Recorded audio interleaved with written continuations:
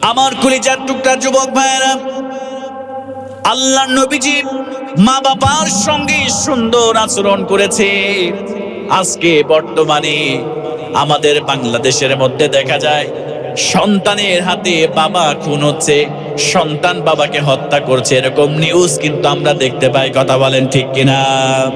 সন্তান বাবার কাছে মোবাইল কিনে চেয়েছে, বাবা মোবাইল দেয় নাই। বাইক কিনে চেয়েছে, বাইক কিনে দেয় নাই। টাকা চেয়েছে শপিং করার জন্য, টাকা দেয় নাই। ও মুসলমান ভাইয়েরা, কয়েকদিন আগে গাজীপুরে একটা ঘটনা দেখলাম। ওই জায়গায় বাবার কাছে সন্তান বাইক কিনে চেয়েছে, বাইক বাবা কিনে দেয় নাই। এজন্য কুড়াল দিয়ে কুপিয়ে ওই সন্তানটা বাবাকে হত্যা করেছে। জোরে বলেন নাউজুবিল্লাহ। আমার যুবক ভাইয়েরা, মা বাবার সঙ্গে খারাপ আচরণ করা যাবে না। আল্লাহ নবীজি সাল্লাল্লাহু আলাইহি ওয়াসাল্লাম বলেছেন, হুমা জান্নাতুকা ওয়া নারুক, তোমার মা বাপ তোমার জন্য জান্নাত, আর তোমার মা বাপ তোমার জন্য জাহান্নাম। আমার কলিজার টুকরা যুবক ভাইয়েরা, ভালো করে লক্ষ্য করেন। ও আমার কলিজার টুকরা ভাইয়েরা, ঠুনকো বিষয় নিয়ে মা বাবার সঙ্গে খারাপ আচরণ করবেন না। মা বাবার সঙ্গে ভালো আচরণ করেন, উত্তম আচরণ করেন, এই নির্দেশ দিয়েছেন একজন। আওয়াজ দিয়ে বলেন তো তিনি কে? আল্লাহ রাব্বুল আলামিন বলেন, ওয়া'বুদুল্লাহা ওয়া লা তুশরিকু বিহি শাইআও ওয়া বিল ওয়ালিদাইনি ইহসানা। জোরে বলেন আল্লাহু আকবার। আল্লাহ রাব্বুল আলামিন বললেন, তোমরা আমার ইবাদত করবে। ওয়া'বুদুল্লাহা ওয়া লা তুশরিকু বিহি শাইআ, আমার ইবাদত করবা, আমার সঙ্গে কাউকে শরীক করবা না। আর 2 নম্বরে যে দায়িত্ব আমি তোমাদের জন্য ফরজ করে দিলাম, আমার বান্দারা, তোমার মা বাপের সঙ্গে তুমি ইহসান করো, তুমি সদাচরণ করো। জোরে বলেন সুবহানাল্লাহ। এজন্য আমার প্রিয় ভাইয়েরা, মা বাপের দিকে দোয়া নেন। যদি মা আপনার জন্য দোয়া করে, বাবা আপনার জন্য দোয়া করে, এই দুনিয়ার জীবনটা আপনার জন্য মঙ্গলময় হয়ে যাবে। এই দুনিয়াতে আপনি সফলতা অর্জন করবেন, আপনি পরকালে আপনি আল্লাহ পাকের জান্নাত আল্লাহ পাক আপনাকে দিয়ে, আল্লাহ পাক রব্বুল আলামিন আপনাকে ধন্য করে দিবে। জোরে বলেন সুবহানাল্লাহ। ছোট্ট একটা ঘটনা আপনাদের সঙ্গে শেয়ার করি। মা বাবার খেদমত করলে কেমন লাভ হয়ে যায়? তরুণ ভাইয়েরা, ভালো করে লক্ষ্য করেন। মায়ের সঙ্গে ভালো আচরণ করলে, বাবার সঙ্গে ভালো আচরণ করলে কেমন লাভ হয়ে যায়, ভালো করে লক্ষ্য করেন। আল্লাহ রাব্বুল আলামিনের একজন পয়গম্বর ছিলেন, হযরতে মূসা আলাইহিস সালাতু ওয়াস সালাম।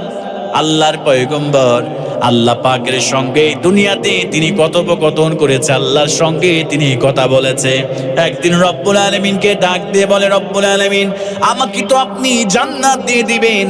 রব্বুল আলামিন, আমার জানতে বড় মনে চায়, ওই জান্নাতের মধ্যে আমার সঙ্গী কে হবে, আমার সঙ্গে জান্নাতের মধ্যে কে থাকবে? জোরে বলেন সুবহানাল্লাহ।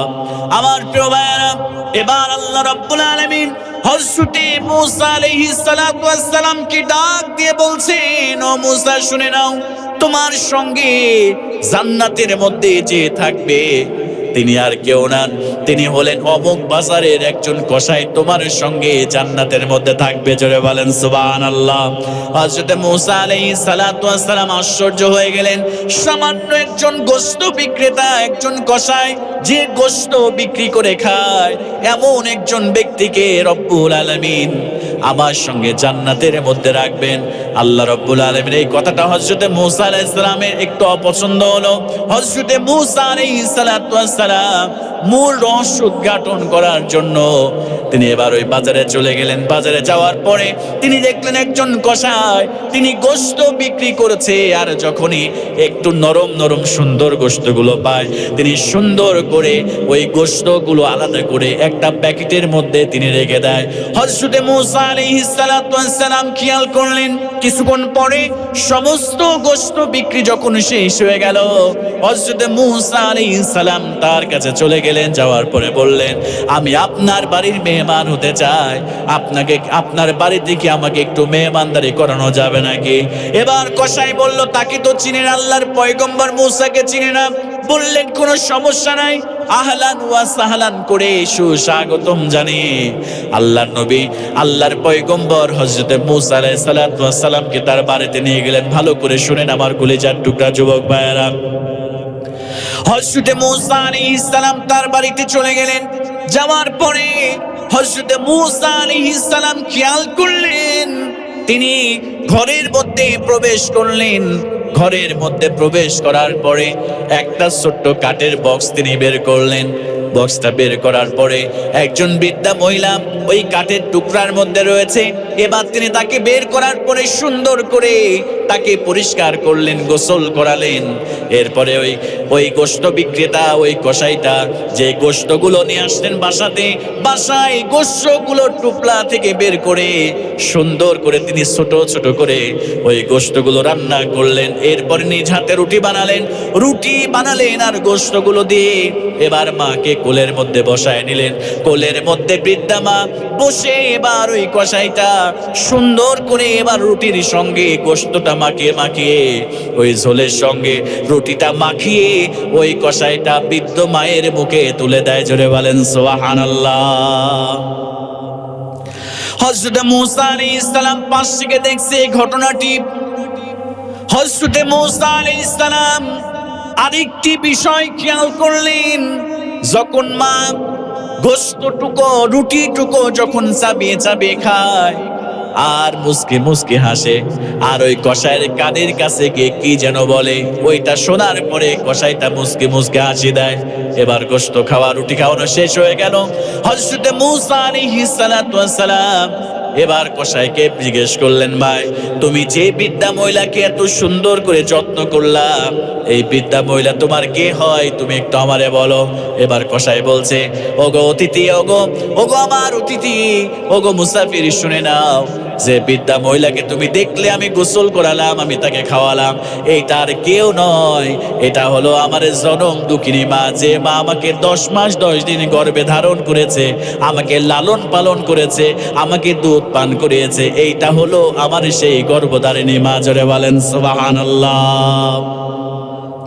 হযরত মূসা আলাইহিস সালাতু ওয়াস সালাম কসাইকে ডাক দিয়ে বলে, বুঝতে পারলাম তোমার মা, কিন্তু আর একটা দৃশ্য আমার নজরে পড়লো, এইটার ব্যাখ্যা আমি জানতে চাই। ও আমার কসাই ভাই, একটু বলো, তুমি যখন তোমার মায়ের মুখে তুমি যখন খাবারটা তুলে দিচ্ছিলা আর তোমার মা তোমার কানের কাছে মুখটা নিয়ে কি যেন ফিসফিস করে বলতেছিল, আমি এটা জানতে চাই। তোমার মা তোমার কানের কাছে ফিসফিস করে কি বলতেছিল, এটা আমার একটু বলো। এবার ওই কসাই বললেন, ওগো মুসাফির, আপনাকে কি আর বলবো, আমার মা যতদিন ধরে আমার মাকে এমন করে আমি খাওয়াই দিই, আমার মা খায় আর আমার কানের কাছে একটা দোয়া করে। আমি জানি আমি গরিব মানুষ, আমি কসাই, আমি গোশত বিক্রি করে খাই, ওই দোয়াটা আল্লাহ পাক রব্বুল আলামিন কখনো কবুল করবে না। হযরত মূসা আলাইহিস সালাম বললেন, না না না, আমি একটু শুনতে চাই, তুমি আমার একটু বলো।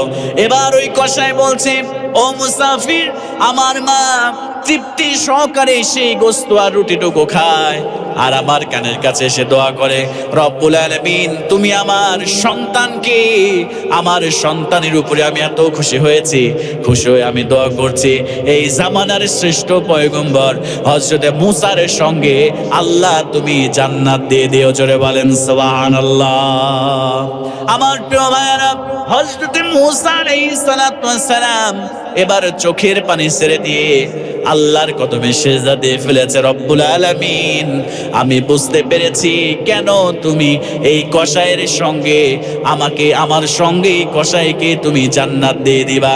কারণ হলো সে তার মাকে এত মহব্বত করে, এত ভালোবাসে, এত যত্ন করো, এই কারণে তুমি এই কসাইকে আমি পয়গম্বর মূসার সঙ্গে তুমি জান্নাত দিয়ে দিবা। জোরে বলেন সুবহানাল্লাহ। এজন্য আমার কলিজার টুকরা যুবক ভাইয়েরা, এই মায়ের সঙ্গে ভালো আচরণ করবেন, বাবার সঙ্গে উত্তম আচরণ করবেন, মায়ের দোয়া নেন, বাবার দোয়া নেন, আপনার জীবনটা পরিবর্তন হয়ে যাবে। আমার কলিজার টুকরা প্রিয় ভাইয়েরা, যাদের আব্বা আম্মাই দুনিয়াতে বেঁচে নাই, তারাই বুঝে মা বাবা হারানোর কত যন্ত্রণা, মা বাবা হারানোর কত বেদনা। একমাত্র তারা ছাড়া আর কেউ বুঝতে পারে না। কথা বলেন ঠিক কিনা? বাজারে যাওয়ার পরে ভালো ভালো ফল দেখলে মনে চায় মায়ের জন্য বাবার জন্য একটু ক্রয় করে নিয়ে যায়, কিন্তু সঙ্গে সঙ্গে মনে পড়ে যায় আমার মা আমার বাবা তো হেমায়তপুর গোরস্থানের মধ্যে শুয়ে আছে। মা নাই বাবা নাই, এই দুনিয়াতে যাদের মা বাবা নাই এই দুনিয়াতে তাদের আর কেউ থাকে না। কথা বলেন ঠিক কিনা? এজন্য প্রিয় ভাইয়েরা, যাদের এই অমূল্য সম্পদ আল্লাহ যে জান্নাত দিয়েছে, এই জান্নাত যাদের বেঁচে আছে, এজন্য মায়ের সঙ্গে বাবার সঙ্গে সুন্দর আচরণ করবেন, ভালো আচরণ করবেন। তাহলে এই দুনিয়াতে আল্লাহ আপনাকে সফলতা দান করবে, আর পরকালে আপনাকে জান্নাত দিয়ে আল্লাহ পাক রব্বুল আলামিন আপনাকে ধন্য করে দিবে। জোরে বলেন সুবহানাল্লাহ। এজন্য বিশ্বনবী সাল্লাল্লাহু আলাইহি ওয়াসাল্লাম মায়ের সঙ্গে খারাপ আচরণ করেন নাই, মায়ের আদর তো তেমন পান নাই। ছোট্টবেলা মাকে হারিয়ে ফেলেছে, মা এই দুনিয়া থেকে চিরবিদায় নিয়ে চলে গিয়েছে। জিনার বুকের দুধ পান করে তিনি বড় হয়েছেন। হযরতে হালিমাতুস সাদিয়া রাদিয়াল্লাহু তাআলা আনহা একদিন তিনি মসজিদে নববীর মধ্যে প্রবেশ করলেন। আল্লাহর নবীজি দাঁড়িয়ে গেলেন, নিজের গায়ের চাদরটা আম্মাজান হালিমাতুস সাদিয়া রাদিয়াল্লাহু তাআলা আনহার জন্য তিনি নিজের চাদরটা বিছিয়ে দিলেন। আল্লাহ রাসূল সাল্লাল্লাহু আলাইহি ওয়াসাল্লামের সাহাবীরা আশ্চর্য হয়ে গেলেন, এই মহিলার জন্য আল্লাহর নবীজি নিজের চাদরটা বিছিয়ে দিলেন। এবার যখন হালিমাতুস সাদিয়া রাদিয়াল্লাহু তাআলা আনহা চলে গেলেন, আল্লাহর নবীজি সাল্লাল্লাহু আলাইহি ওয়াসাল্লাম যতদূর পর্যন্ত তাকে দেখা যায় ততদূর পর্যন্ত আল্লাহর নবীজি বসলেন না, দাঁড়িয়ে থাকলেন, তার দিকে তাকায় থাকলেন। যখন তিনি চলে গেলেন, সাহাবায়ে কিরাম জিজ্ঞেস করলেন, ইয়া রাসূলুল্লাহি, ইয়া হাবিবাল্লাহ, এই সম্মানিতা মহিলাকে, বৃদ্ধা মহিলাকে, যার জন্য আপনার চাদরটা আপনি বিছায় দিয়েছেন, আমার মুসলমান ভাইয়েরা, আল্লাহর নবীজি বললেন, ইনি হলেন সেই মহিলা, মায়ের আদর তো আমি তেমন পাই নাই। ইনি হলেন সেই মহিলা যার বুকের দুধ পান করে আমি বিশ্ব নবী ছোট্টবেলায় যার দুধ পান করেছি, ইনি হলেন আমার দুধ মাতা হালিমাতুস সাদিয়া। জোরে বলেন সুবহানাল্লাহ।